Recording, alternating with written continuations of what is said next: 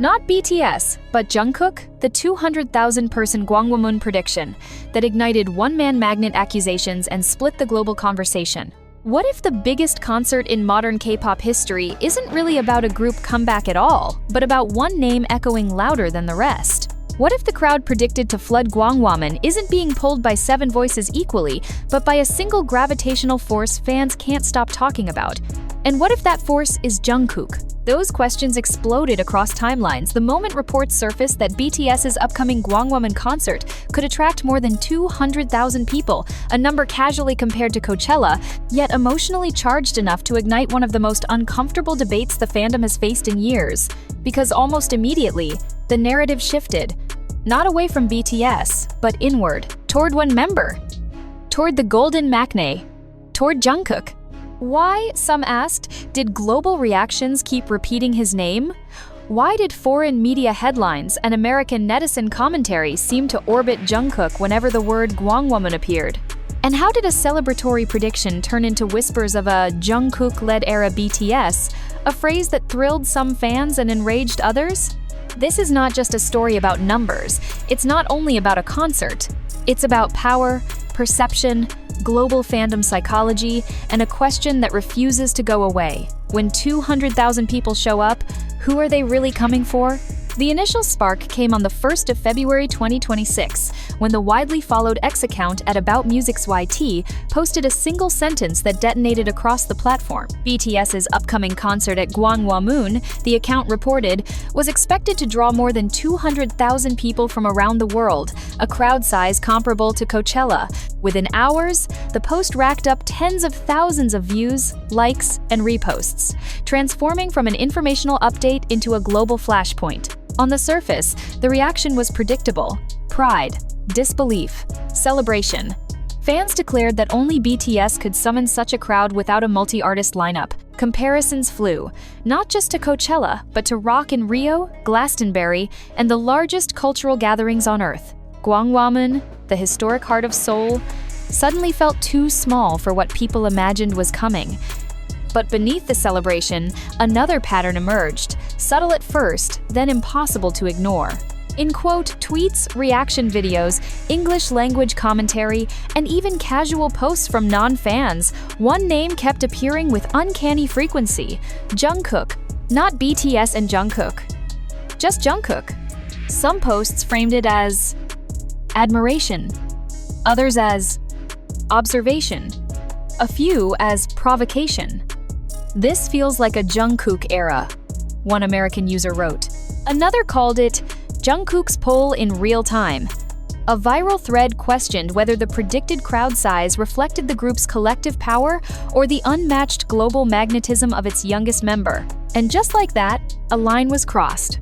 To understand why this hit such a nerve, you have to understand what Gwangwamun represents. This is not a stadium built for pop concerts. It is a symbolic center of Korean history, a gate standing between the royal past and the modern city. Holding a concert there is not just a logistical challenge, it's a cultural statement. BTS performing at Gwangwamun after completing military service is already loaded with meaning, a narrative of return, unity, and national pride.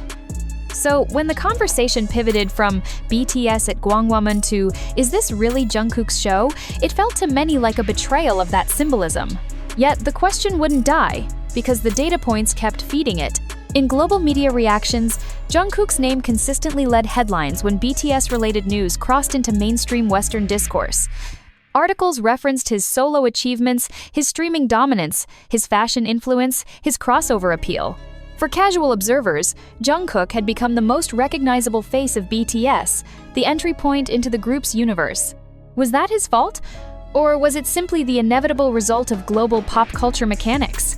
In the United States especially, where individual celebrity branding often outweighs group identity, the narrative felt almost automatic. Western audiences gravitate toward singular stars, toward faces they can attach a story to. Jungkook, fluent in the language of global pop, visually iconic, musically versatile, and emotionally accessible, fit that role too perfectly.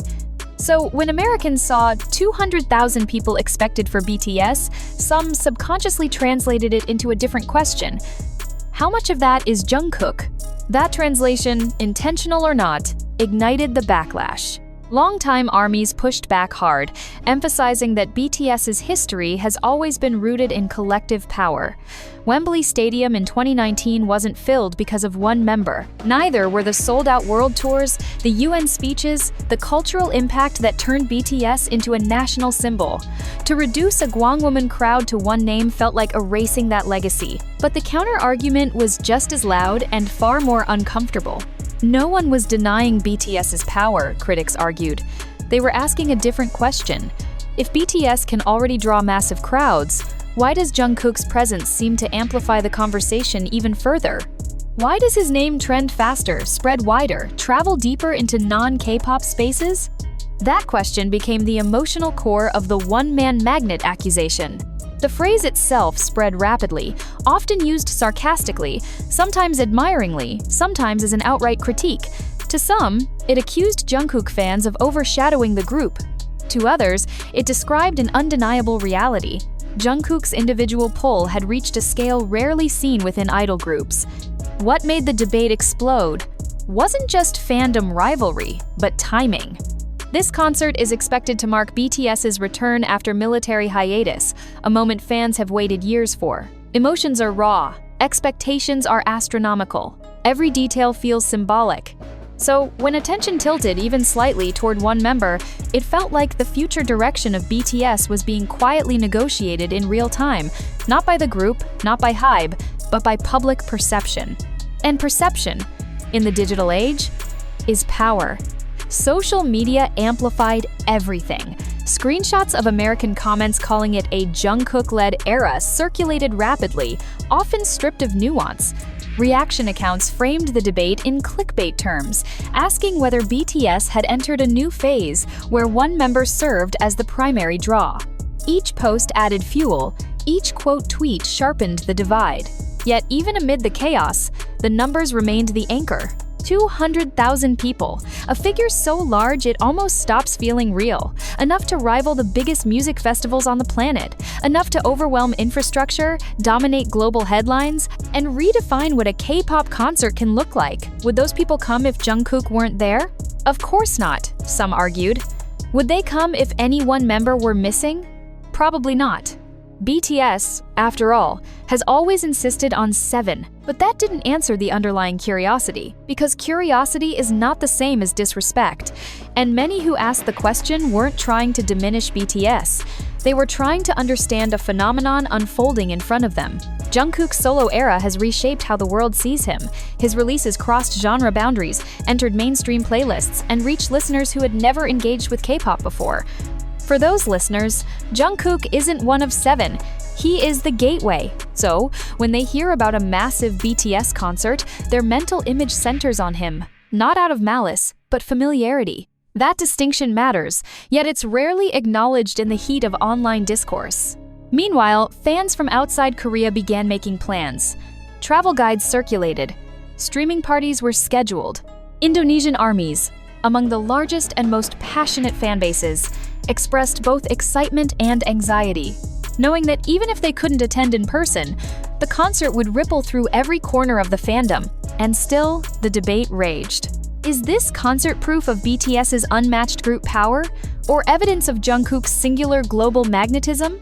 Is it possible that both are true at the same time? And why does that possibility make so many people uncomfortable? Perhaps because it challenges the traditional narrative of K-pop groups, where individual success is often seen as a threat rather than an extension of collective strength. BTS, more than any other group, has tried to blur that line, encouraging solo exploration without abandoning group identity. Yet public discourse doesn't always respect internal philosophy. Media loves simplification. Algorithms reward controversy, and nothing travels faster than a question framed as a provocation.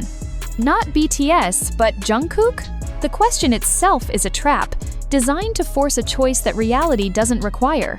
But traps are effective, and this one worked spectacularly. As of now, HYBE has not confirmed the concert's details. Dates remain unannounced. Logistics are still speculative. Everything rests in the future tense. And yet, the emotional weight of the event has already arrived. Gwangwamun hasn't heard a single note, but it's already echoing with arguments, hopes, fears, and projections. When the day finally comes, when the crowd gathers and the lights rise, the question may answer itself. Or it may become even louder. Will the cheers merge into one voice called BTS? Or will one name ring out just a fraction longer, just a decibel higher, feeding a narrative the fandom can't quite agree on? Until then, the prediction stands, the debate burns, and the world watches, not just to see how many people show up, but to see what their presence ultimately proves. Because in the end, this isn't only about who draws the crowd. It's about what the crowd says about the future of global pop, the evolution of fandom, and whether a group built on 7 can remain indivisible in a world obsessed with stars. And that is the real question hiding behind the numbers. The tension surrounding that question only grew as more international reactions surfaced, each one adding another layer to an already volatile narrative.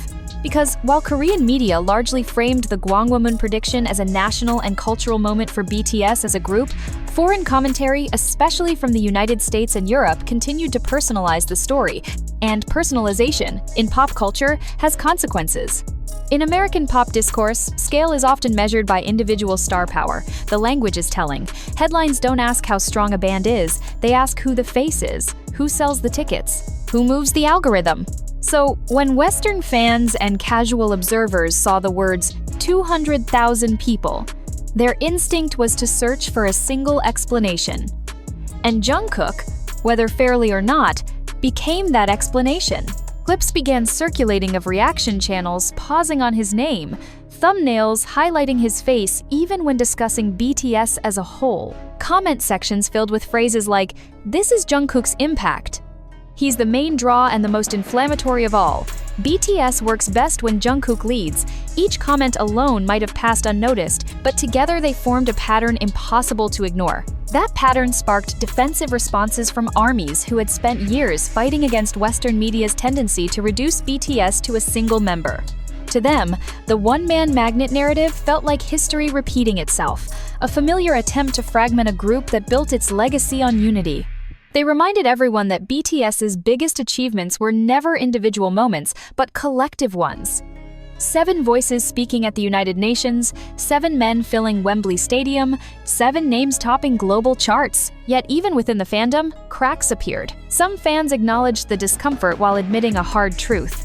Jungkook's global visibility has reached a level that transcends traditional group dynamics. His name trends independently, his image circulates outside K-pop spaces. His music reaches listeners who may not even realize he belongs to BTS. Ignoring that reality, they argued, doesn't protect the group, it blinds it. This internal conflict is what made the Gwangwamun debate so emotionally charged. It wasn't just fans versus outsiders. It was fans arguing with themselves about how to reconcile pride in the group with recognition of individual evolution. And evolution is the key word here. BTS in 2026 is not BTS in 2019. Military service changed timelines. Solo projects reshaped public perception. The global industry itself transformed, with streaming culture accelerating individual branding even within group identities. Jungkook emerged from that shift uniquely positioned. Young enough to dominate Gen Z spaces, established enough to command mainstream respect, and versatile enough to move between genres without losing authenticity. So when international media framed the upcoming concert as a potential Jungkook-led era, it wasn't necessarily an insult. It was an interpretation, one that clashed sharply with how BTS has always defined itself. That clash is where the real story lives. Because Gwangwamun is more than a venue, it's a statement. Hosting a concert of this scale at Korea's symbolic center blurs the line between pop culture and national identity. BTS performing there after completing military service reads like a full-circle moment, a return not just to the stage, but to the public sphere as cultural ambassadors. In that context, the idea that one member could overshadow the group feels especially jarring. It challenges the narrative Korea itself has embraced, where BTS represents collective achievement, shared sacrifice, and unity. And yet, global audiences don't operate within that cultural framework. To them, Gwangwamun is a backdrop, not a symbol. The story they latch onto is simpler, more familiar. A superstar at the peak of his influence, pulling a historic crowd. This disconnect explains why the same prediction sparked pride in one corner of the internet and controversy in another. Even the comparison to Coachella carried double meaning.